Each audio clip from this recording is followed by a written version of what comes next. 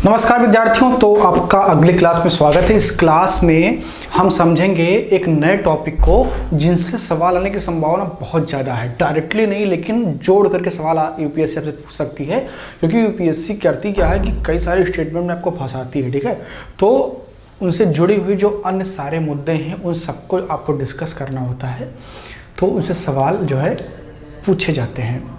तो आइए एक नया टॉपिक शुरू करते हैं। ये टॉपिक बहुत महत्वपूर्ण है और अगर आप अच्छे से समझ लेंगे तो बहुत सारे सवाल जो है आप कर पाएंगे। केवल एक सवाल नहीं, बहुत सारे सवाल, क्योंकि ये बहुत सारे जगहों को एक साथ ला करके एक बिंदु पर जोड़ता है। ठीक है, तो आपको समझना है इस क्लास में रेपो रेट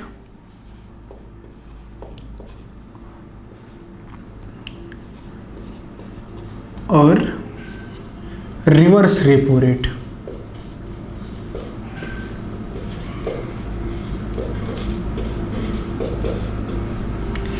मेरे प्रिय हिंदी माध्यम के छात्र एवं छात्राओं, अगर आपके हिंदी को ध्यान में ना रखना होता तो मैं इकोनॉमिक्स को पूरा अंग्रेजी में पढ़ाता। बहुत प्रॉब्लम होती है हिंदी में इकोनॉमिक्स को पढ़ाने में।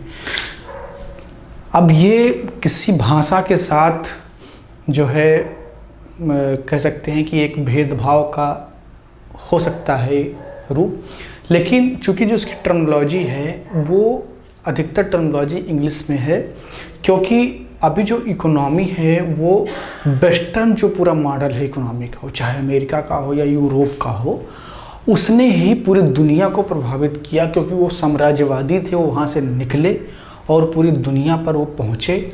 और द्वितीय विश्व युद्ध के बाद में जितनी संस्थाएं उन्होंने बनाई, चाहे वो IMF हो, वर्ल्ड बैंक हो, इन सारी संस्थाओं से भी उन्होंने कोशिश किया कि वो जो थियरी जनरेट कर रहे हैं, वो जो चीज़ें उपलब्ध करवा रहे हैं, वही पूरी दुनिया में चले और वही चल भी रहा है। तो जो उनके टर्म हैं वो सब अंग्रेजी में है। तो इकोनॉमिक्स को समझने के लिए आपको थोड़ा बहुत कंप्रोमाइज़ करना होगा भाषा के साथ, लेकिन मैं वादा करता हूँ कि हिंदी माध्यम के हर विद्यार्थी को आसानी से इकोनॉमिक्स के हर टर्म को समझा दूंगा। डोंट वरी, बिल्कुल टेंशन नहीं लेने का। ठीक है, तो रेपो रेट और रिवर्स रेपो रेट ये क्या बला है और इससे सवाल किस प्रकार आ सकते हैं। आप अक्सर अखबारों में देखते होंगे रिवर्स रेपो रेट और रेपो रेट को। ठीक है, चाय आप भी पिया कीजिए। पहले तो एक भ्रम था कि यूपीएससी के एस्पायरेंट चाय ज़्यादा पीते हैं। ठीक है, हालांकि ऐसी कोई बात नहीं है। ठीक है, जिसको मिल जाए वही पीता है। तो रेपो रेट और रिवर्स रेपो रेट, ठीक है, इन दोनों को समझ लेते हैं और इनसे सवाल बनने की जितनी संभावनाएं, सबको सारी संभावनाओं को समझ लेंगे ताकि कोई भी सवाल से गलत ना हो। चलो देखते हैं रेपो रेट क्या है। बहुत ईजी है, इसको समझना कोई ख़ास बात नहीं है, बस इसके सवाल को हल कर लेना मुश्किल होता है। ठीक है, क्योंकि इसकी परिभाषा को जान गए, लेकिन जब इसको जोड़ करके देखना होता है वहाँ पर समस्या होती है। अभी सवाल दूंगा, समझाने के बाद में समझ जाएंगे, नहीं कर पाएंगे सवाल। ठीक है, लेकिन समझाने जब मैं फिर से उसको भी समझाऊंगा, उसको भी समझ जाएंगे। चलिए रेपो रेट देखते क्या है। जब आप किसी बैंक के पास जाते हैं, मान लीजिए आप पंजाब नेशनल बैंक या SBI या ICICI बैंक या किसी भी बैंक में जाते हैं और आप लोन लेते हैं। ठीक है, आप लोन लेते हैं तो बैंक करता क्या है कि आपके ऊपर एक ब्याज लगाता है। बैंक आपके ऊपर ब्याज लगाता है। ठीक है, और इस ब्याज का एक दर होता है, एक रेट होता है। ठीक है, ये रेट का भुगतान, इसी रेट पर आपको ब्याज का भुगतान बैंक को करना होता है। यानी कि आप गए किसी बैंक में, आपने बैंक से पैसा लिया और उस पर जो ब्याज लगा, उसका जो दर है, उस दर के हिसाब से आपको उसका ब्याज देना होता है। ये तो हो गई आम बात। अब मान लीजिए इस बैंक को, ये तो कोई जो है जनरल कोई आम आदमी था। ठीक है, अब यहाँ मान लीजिए कोई बैंक है, मान लीजिए SBI है या कोई और बैंक जो आप मानना चाहें मान लें। इस बैंक को ही लोन की ज़रूरत है, यानी कि इस बैंक को ही पैसे चाहिए। तो ये क्या करेगी? बैंकों का बैंक कौन होता है? RBI, reserve bank of India. तो ये कहाँ जाएंगे? RBI के पास जाएंगे, जो कि एक केंद्रीय बैंक है। ठीक है। तो ये कहाँ जाएंगे, आरबीआई के पास जाएंगे कि भैया हमको पैसा दे दो, हमको आगे लोन बांटना है या हमको और बहुत सारे अपने काम करने हैं। बैंक जाएगा आरबीआई के पास, तो आरबीआई कहेगी ठीक है पैसा तो हम देंगे लेकिन हम उसका ब्याज भी लेंगे। तो आरबीआई भी इनके ऊपर क्या लगाएगी, ब्याज लगाएगी। और आरबीआई जब ब्याज लगाएगी तो उसका एक रेट भी निर्धारित करेगी, ठीक है। ऑब्वियस सी बात है कि अगर आरबीआई ब्याज लगाए तो उसका एक रेट होगा कि भाई 10% ब्याज लेंगे या 15% या 2% या 3% जो भी ब्याज लेंगे, तो एक रेट लगाएगी और इसी रेट को बोलते हैं रेपो रेट। ठीक, कितना इजी था, समझ गए होंगे। यानी कि जब कोई बैंक आरबीआई से लोन बारो करता है तो उस लोन के एवज में आरबीआई जो ब्याज लेती है और जिस दर पर ब्याज लेती है उसी दर को रेपो रेट कहते हैं या रेपो दर कहते हैं, ठीक है। अब समझ गए होंगे कि रेपो रेट क्या है। अब चलिए रेपो रेट से संबंधित जो और सवाल बन सकते हैं उनकी भी थोड़ी चर्चा कर लेते हैं और आपका ज्ञान चेक कर लेते हैं कि आपने अगर रेपो रेट समझा है तो उसका इम्प्लीमेंटेशन कर पाएंगे कि नहीं कर पाएंगे। देखिए, ज्ञानी हो जाना कोई बहुत बड़ी बात नहीं है, लेकिन अपने ज्ञान का सही जगह से इस्तेमाल कर लेना, सही जगह पर इस्तेमाल कर लेना, ये बड़ी बात होती है। बहुत सारे लोग ज्ञानी हो जाते परिभाषाओं को जान करके, लेकिन उस परिभाषा का एज सच कभी वो प्रयोग ही नहीं कर पाते हैं, तो उस ज्ञान का क्या मतलब है, कुछ नहीं। चलिए एक सवाल लिखिए आप और समझ लीजिए कि आपके पीटी में जो है ये सवाल आ सकता है, महत्वपूर्ण है। सवाल है रेपो रेट से संबंधित निम्न कथनों पर विचार कीजिए। निम्न कथनों पर विचार कीजिए। ऐसे ही सवाल ही पूछती है, ठीक है। तो रेपो रेट से संबंधित निम्नलिखित कथनों पर विचार कीजिए। पहला कथन क्या है, पहला स्टेटमेंट क्या है, रेपो रेट, हिंदी में लिखने में बड़ी दिक्कत होती है। रेपो रेट वह दर है जिस पर आरबीआई आम आदमी को कर्ज मुहैया कराती है, कर्ज देती है। दूसरा स्टेटमेंट है रेपो रेट बढ़ने से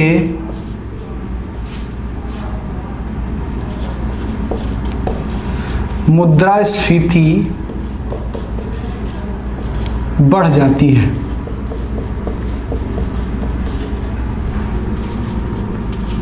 ये दो स्टेटमेंट हैं। अब इसका जो उत्तर का विकल्प है, पहला विकल्प है, इसमें आपको बताना है कि कौन सा कथन सही है, यानी कि which of the statements are correct. ठीक, ऑप्शन फर्स्ट यानी कि पहला विकल्प, या इसे ये कह लीजिए, ठीक है। ओनली वन, ओनली टू, सी, इसको बी कर लीजिए, इसको सी कर लेते हैं, बोथ, या आखिरी विकल्प जो है आपका नन ऑफ दीज, यानी कि इनमें से कोई नहीं, ना तो एक ना तो दो। ठीक है। अब सवाल देखिए, और जो हमने अभी तक आपको पढ़ाया है उस आधार पर अपने ज्ञान को सेकिए थोड़ा कि क्या इसका उत्तर होगा। सोचिए हम बता रहे हैं। सवाल है कि रेपो रेट से संबंधित निम्नलिखित कथनों पर विचार कीजिए। पहला कथन है कि रेपो रेट वह दर है जिस पर आरबीआई आम आदमी को कर्ज देती है। क्या ये सही है स्टेटमेंट? गलत है, क्योंकि अभी मैंने आपको पढ़ाया कि रेपो रेट वह रेट है जिस पर आरबीआई बैंकों को कर्ज देती है, आम आदमी को नहीं। तो पहला स्टेटमेंट गलत। दूसरे स्टेटमेंट पर आते हैं। रेपो रेट बढ़ने से मुद्रास्फीति बढ़ जाती है। अब यहां पर रेपो रेट तो मैंने आपको पढ़ा दिया अभी कुछ देर पहले, जानते हैं क्या होता है। मुद्रास्फीति जो हमारा रेगुलर क्लास नहीं करते उनको नहीं पता होगा, क्योंकि हमने 3, 4, 5 क्लास पहले इसको पढ़ाया था। तो अब इस स्टेटमेंट का कुछ नहीं हो सकता उनके लिए, ना तो वो ये समझ पाएंगे कि ये गलत है, ना ये समझ पाएंगे कि सही है। तो इस ऐसी परिस्थिति में क्या होता है, विद्यार्थी तुक्का मारते हैं और तुक्का में क्या होता है, फंस जाते हैं और सवाल गलत हो जाता है। तो अगर आपने मुद्रास्फीति नहीं पढ़ी है तो हमारे प्लेलिस्ट में जाइए और वहाँ पर आपको मुद्रास्फीति का एक क्लास बेहतरीन तरीके से समझाया हुआ पढ़ा हुआ है, और ढंग से समझ लीजिए मुद्रास्फीति क्या होती है। ठीक है, बाकी जिन्होंने पढ़ रखा है उनको पता होगा कि रेपो रेट, अब रेपो रेट आपने समझ लिया, रेपो रेट अगर बढ़ जाएगा तो बैंकों के पास क्या होगा, पैसे कम आएंगे, और जब बैंक के पास पैसे कम आएंगे तो कम पैसा नीचे भी जाएगा, यानी कि आम आदमी तक कम पैसा जाएगा। तो जब आम आदमी तक पैसा कम जाएगा तो डिमांड क्या होगी, घट जाएगी, और जब डिमांड घट जाएगी तो क्या होगा, मुद्रास्फीति घटेगी, जो डिमांड बेस्ड इन्फ्लेशन होगा वो घटेगा। तो स्टेटमेंट सेकंड भी गलत है, अतः चौथा विकल्प आपका सही है। ना तो पहला कथन सही है और ना दूसरा कथन सही है। तो ये था आपका पूरा रेपो रेट। इससे संबंधित जितने भी सवाल हैं वो इसी प्रकार आएंगे। अगर आपने कॉन्सेप्ट अपने दिमाग में बिठा के रखा तो यूपीएससी कितना भी घुमाए, आप सवाल को अपने पक्ष में घुमा लेंगे। ठीक है, अब जल्दी से रिवर्स रेपो रेट समझ लेते हैं, फिर क्लास को ख़त्म करते हैं। ठीक है, रिवर्स रेपो रेट।